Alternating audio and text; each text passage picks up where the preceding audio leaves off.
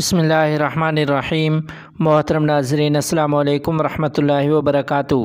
اذان ہوتے ہی قومی اسمبلی کی کارروائی روکنے اور نماز کی تیاری کا بل متفقہ طور پر منظور۔ تفصیلات کے مطابق جمعیت علماء اسلام کے رہنما مولانا صلاح الدین ایوبی نے قومی اسمبلی میں کارروائی اور طریقہ کار کے قواعد 2007 کے قاعدہ 293 میں ترمیم پیش کی، جو کہ اسمبلی کی کارروائی کے دوران وقفہ نماز کرنے کے حوالے سے تھی، جس کو متفقہ طور پر منظور کر لیا گیا ہے۔ مولانا صلاح الدین ایوبی دامت برکاتہم العالیہ نے بل پر روشنی ڈالتے ہوئے کہا کہ جب اسپیکر کے حکم پر تمام اراکین اسمبلی میں حاضر ہو جاتے ہیں تو احکم الحاکمین کے حکم پر کیوں نماز نہیں ہوتی؟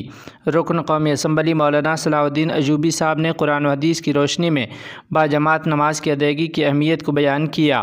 اس بل کی ڈپٹی اسپیکر زاہد اکرم خان درانی صاحب نے بھی تائید کی۔ شاعر اسلام اور ملک میں اسلامی شناخت برقرار رکھنے کے حوالے سے جمعیت علماء اسلام پاکستان کے اراکین قومی اسمبلی اور حضرت مولانا صلاح الدین ایوبی صاحب مبارکباد کے مستحق ہیں۔ ہم تو پہلے ہی کہہ رہے تھے کہ پی ٹی آئی بیرونی ایجنڈے پر چل رہی ہے۔ تفصیلات کے مطابق اہل سنت والجماعت کے مرکزی صدر علامہ اورنگزیب فاروقی نے کہا ہے کہ 9 مئی کے واقعات انتہائی افسوسناک ہیں۔ ہم تو پہلے روز سے کہتے آئے ہیں کہ پی ٹی آئی بیرونی ایجنڈے پر چل رہی ہے۔ میڈیا سے گفتگو میں انہوں نے مزید کہا کہ استحکام کے لیے فوج کا مضبوط ہونا انتہائی ضروری ہے۔ محب وطن قوم فوج کے ساتھ کھڑی ہے۔ مذہبی جماعتوں نے ہر دور میں اپنے اوپر ظلم و ستم برداشت کرنے کے باوجود ریاستی اداروں کا ساتھ دیا ہے۔ ادھر دوسری جانب مولانا محمد احمد لدھیانوی نے کہا ہے کہ احتجاج حق، ملک کی املاک کو نقصان پہنچانا دشمنی ہے۔ تفصیلات کے مطابق اہل سنت والجماعت پاکستان کی جانب سے استحکام پاکستان و یکجہتی پاک فوج ریلی نکالی گئی۔ اہل سنت والجماعت پاکستان کے زیر اہتمام علامہ مولانا محمد احمد لدھیانوی کی قیادت میں کروڑ لالہ عیسن میں ایک عظیم الشان ریلی نکالی گئی، جو چوک حضرت علی رضی اللہ تعالیٰ عنہ سے شروع ہو کر مختلف راستوں اور چوکوں سے ہوتی ہوئی حضرت سیدنا ابوبکر صدیق رضی اللہ تعالیٰ عنہ چوک پر اختتام پذیر ہوئی۔ مولانا لدھیانوی نے شرکاء سے خطاب کرتے ہوئے کہا کہ احتجاج کرنا ہر پاکستانی کا بنیادی حق ہے، لیکن ملک کی املاک کو نقصان پہنچانا ملک دشمنی ہے۔ پاک فوج، پاک پولیس ہمارا فخر ہے اور کردار کشی کرنے والوں کی مذمت کرتے ہیں۔ مولانا محمد احمد لدھیانوی نے کہا کہ 9 مئی ملک کی تاریخ کا سیاہ ترین دن ہے، جب ایک سیاسی پارٹی نے پاک فوج، حساس اداروں اور پولیس کی املاک کو نقصان پہنچایا۔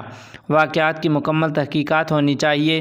ریلی سے ضلع بکھر کے عہدیداران مولانا عبدالحمید خالد، مولانا عبدالغفور حقانی، کروڑ کے مولانا محمد اصغر نے بھی خطاب کیا ہے۔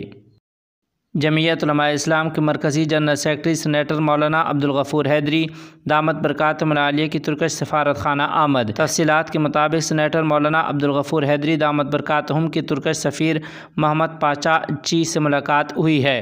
سینیٹر مولانا عبدالغفور حیدری نے سربراہ جمعیت علماء اسلام حضرت مولانا فضل الرحمن صاحب دامت برکاتہم العالیہ اور جمعیت علماء اسلام پاکستان کی طرف سے رجب طیب اردگان کو مسلسل تیسری بار ترکیہ کے صدر منتخب ہونے پر دلی مبارکباد پیش کی ہے۔ ملاقات میں پاک ترک تعلقات سمیت باہمی دلچسپی کے امور پر بھی تبادلہ خیال کیا گیا ہے۔ جماعت اسلامی کراچی کے نائب امیر حاجی اسحاق خان کی وفد کے ہمراہ قاری محمد عثمان سے ملاقات۔ تفصیلات کے مطابق جماعت اسلامی کراچی کے نائب امیر حاجی اسحاق خان کی قیادت میں وفد نے جامعہ عثمانیہ شیر شاہ کراچی میں جمعیت علماء اسلام کے مرکزی رہنما ضلع کماڑی کراچی کے امیر قاری محمد عثمان دامت برکاتہم سے ملاقات کی ہے۔ میئر کراچی کے انتخاب کے حوالے سے جماعت اسلامی کے وفد نے جمعیت علماء اسلام سے اپیل کی ہے کہ وہ جماعت اسلامی کے امیدوار کی حمایت کریں۔ جمعیت علماء اسلام کے رہنماؤں نے کہا کہ وہ صوبائی جماعت کو رپورٹ پیش کریں گے۔ مشاورت کے بعد دونوں جماعتوں کی جانب سے تحفظات کی روشنی میں کسی بہتر نتیجے پر پہنچنے کی کوشش کی جائے گی۔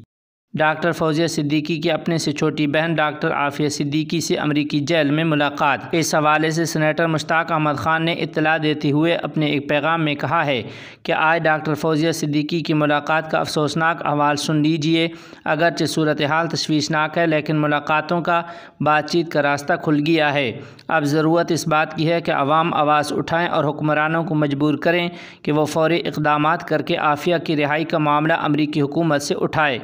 انہوں نے کہا کہ ملاقات کا خلاصہ یہ ہے کہ یہ ملاقات 20 سال بعد ہوئی جو 2.5 گھنٹے جاری رہی۔ ڈاکٹر فوزیہ صدیقی کو عافیہ صدیقی سے گلے ملتے ہاتھ ملانے تک کی اجازت نہیں تھی۔ ڈاکٹر فوزیہ کو اس بات کی اجازت نہیں دی گئی کہ وہ ڈاکٹر عافیہ کو اس کے بچوں کی تصاویر دکھا سکے۔ جیل کے ایک کمرے میں درمیان میں موٹا شیشہ لگا تھا اور اس کے آر پار ملاقات تھی۔ عافیہ سفید سکارف اور خاکی جیل ڈریس میں تھی۔ 2.5 گھنٹے کی ملاقات میں پہلے 1 گھنٹہ ڈاکٹر عافیہ نے روز اپنے اوپر گزرنے والی اذیت کی تفصیلات سنائیں۔ ڈاکٹر عافیہ نے کہا کہ مجھے اپنی امی بچے ہر وقت یاد آتے ہیں۔ ان کو اپنی امی کی وفات کا علم نہیں تھا۔ ڈاکٹر عافیہ کے سامنے والے دانت جیل میں حملے سے گر چکے یعنی ضائع ہو چکے ہیں۔ ان کو سر پر ایک چوٹ کی وجہ سے سننے میں بھی مشکل پیش آ رہی تھی۔ وفاق المدارس العربیہ پاکستان کا اہم اعلان۔ تفصیلات کے مطابق مولانا عبدالمجید صاحب ناظم مرکزی دفتر وفاق المدارس العربیہ پاکستان نے اپنے ایک پیغام میں کہا ہے کہ متوسطہ کے عصری مضامین کی کتب کا معاملہ گزشتہ کچھ عرصہ سے زیر غور ہے۔ چند روز قبل یہ طے ہوا تھا کہ پورے ملک کے مدارس میں متوسطہ عصری مضامین کی کتب مرتبہ وفاق پڑھائی جائیں۔ تاہم یہ بات سامنے آئی ہے کہ ان کتب کی بھی فوری دستیابی ممکن نظر نہیں آ رہی۔ چنانچہ اس مسئلہ کے حل کے لیے اکابر نے فیصلہ کیا ہے کہ صوبہ سندھ اور صوبہ بلوچستان میں اپنے اپنے صوبائی ٹیکسٹ بورڈ کے موجودہ نصاب کی کتب پڑھائی جائیں، جبکہ پنجاب، خیبر پختونخوا، آزاد کشمیر اور گلگت بلتستان میں پنجاب ٹیکسٹ بورڈ کی گزشتہ سال کے ایڈیشن کی اردو میڈیم کتب پڑھائی جائیں۔ چنانچہ جب تک وفاق کا نیا مربوط عصری نظام تعلیم مرتب و منظور نہ ہو جائے اس وقت تک درجہ متوسطہ کے عصری مضامین کی کتب انگریزی، ریاضی، سائنس، تاریخ اور جغرافیہ مذکورہ بالا ترتیب کے مطابق پڑھائی جائیں، جبکہ اردو حسب سابق مرتبہ وفاق ہوگی۔ دنیا بھر میں آج دارالعلوم دیوبند کا 157واں یوم تاسیس منایا جا رہا ہے۔ واضح رہے کہ دارالعلوم دیوبند کی 157 برس قبل مرحوم حاجی سید عابد حسین رحمہ اللہ اور مولانا محمد قاسم نانوتوی رحمۃ اللہ علیہ نے چھتہ کی مسجد میں واقع انار کے ایک چھوٹے سے درخت کے نیچے عربی مدرسے کی تاسیس سے کی تھی۔ اس چھوٹے سے مکتب نے وقت کے ساتھ ایک ایسے تناور درخت کی شکل اختیار کر لی جس کو اب پوری دنیا میں دارالعلوم دیوبند کے نام سے جانا جاتا ہے۔ اس ادارے سے دیوبندی مکتبہ فکر نے ترویج پائی جس کی پیروی کرنے والے اب دنیا بھر میں موجود ہیں جن کی تعداد شمار کرنا ممکن نہیں۔ دارالعلوم دیوبند نے ایک دینی تعلیمی ادارہ ہونے کے ساتھ ساتھ ملک کی آزادی کے لیے ایک طویل مہم چلائی ہے۔ اس ادارہ سے منسلک سینکڑوں علماء، خاص طور پر حضرت شیخ الہند مولانا محمود حسن دیوبندی رحمہ اللہ، مولانا سید حسین احمد مدنی رحمہ اللہ اور مولانا عبید اللہ سندھی رحمہ اللہ وغیرہ نے ملک کی آزادی میں کلیدی کردار ادا کیا ہے۔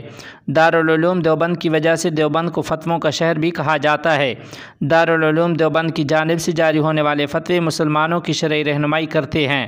دارالعلوم کے شعبہ دارالافتاء سے ہر سال تقریباً 7 سے 8 ہزار فتوے جاری کیے جاتے ہیں۔ بعض دفعہ میڈیا دارالعلوم کے فتووں پر بحثیں کرتا بھی نظر آتا ہے۔ دارالعلوم دیوبند سے متعلق شیخ الاسلام حضرت مفتی محمد تقی عثمانی صاحب دامت برکاتہم العالیہ فرماتے ہیں کہ اللہ تعالیٰ نے مجھے دنیا کے جس کونے میں بھی پہنچایا وہاں فاضل دیوبند کو علم کا نور پھیلاتے ہوئے پایا ہے۔ اس کے بعد لوگ لاکھ بکواس کریں ہمیں چندہ فرق نہیں پڑتا نہ پڑے گا۔ دارالعلوم دیوبند کا نام آتے ہی ہمارے قلب و دماغ میں علم و عرفان کا وہ عظیم الشان قصر ابجز نظر آتا ہے جس کے مینارہ نور نبوت کی کرنیں چہار دانگ عالم میں پھیلتی نظر آتی ہیں۔ اس کی عظمت و استقلال کے آگے ہمارا سرنگوں ہو جاتا ہے تیری عظمت کو سلام اے دارالعلوم۔ دارالعلوم دیوبند کی تاریخ و خدمات کو بیان کرنے کے لیے ہماری بساط میں الفاظ کے زنجیر نہیں ہیں۔ خلافت عثمانیہ کی کمان سنبھالنے والوں سے ہی جا کر پوچھ لو کہ یہ دارالعلوم کس سریا کا نام ہے۔ ہر باطل کا لرزتا ایوان اپنی کپ کپی کا سبب اسی دارالعلوم ہی کو بتائے گا۔ برطانیہ میں ٹیپو سلطان کی تلوار 4 ارب 93 کروڑ روپے میں نیلام۔ نیلامی کے منتظموں کو امید نہ تھی کہ تلوار کی قیمت اتنی لگ جائے گی، تاہم بولی کا آغاز ہی کانٹے دار ہوا۔ تفصیلات کے مطابق برطانیہ میں ٹیپو سلطان کی تاریخی تلوار کو نیلامی کے لیے پیش کیا گیا جو 14 ملین پاؤنڈز میں فروخت ہوئی۔ جنگ آزادی کے ہیرو، مزاحمت و بہادری کا استعارہ اور میسور کے ٹائیگر کے نام سے مشہور ٹیپو سلطان کی تلوار فن ثقافت اور اسلحہ سازی کی مہارت کے اعتبار سے اپنی مثال آپ ہے۔ یہ تلوار 18ویں صدی میں میسور کے حکمران ٹیپو سلطان کے نجی کوارٹر سے ملی تھی۔ ٹیپو سلطان کو دھوکے سے ان کے چند ساتھیوں نے غداری کرتے ہوئے شہید کروانے میں برطانوی فوج کی مدد کی تھی۔